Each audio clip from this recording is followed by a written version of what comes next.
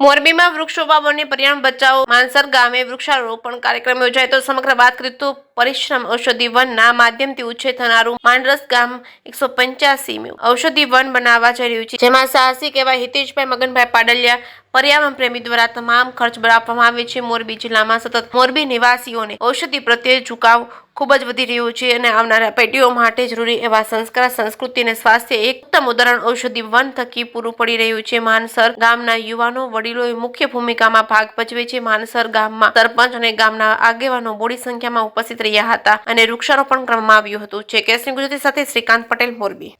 આજે અમારા જે જૂનું માનસર હતું 79ની અંદર જે પૂર્વનાથને વિશે અમારું ગામ અહીં શિફ્ટ થયું એટલે જૂના માનસરની અમારી યાદગીરી રહીએ એના રૂપે આજે અમે ઔષધીય વન બનાવ્યું છે।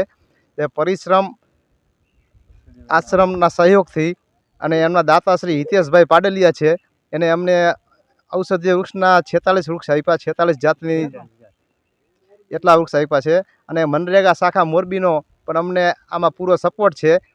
જે કાંઈ આની અંદર અમને સપોર્ટ મનરેગા શાખાએ મોરબીએ પણ આપ્યો છે અને ગ્રામ લોકો જે વૃક્ષ પ્રેમી છે એના સહયોગથી જ આ વન બનશે, ઔષધીય વન। એટલે સૌથી પહેલો આભાર તો હું આ વૃક્ષ પ્રેમી અમારા ગામના જે છે મધુભાઈ છે, અંબારામભાઈ છે, નરભેરામભાઈ છે, હસુભાઈ છે, આવા અસંખ્ય પ્રેમજીભાઈ છે જે લોકોએ જવાબદારી લીધી કે તમે વૃક્ષ રોપી દો, બાકીની જવાબદારી કે અમારી। એટલે અમે તો ખાલી માધ્યમ બન્યા છે, જે સાચી જવાબદારી નિભાવશે એ વૃક્ષ પ્રેમી આ માણસો જ નિભાવશે।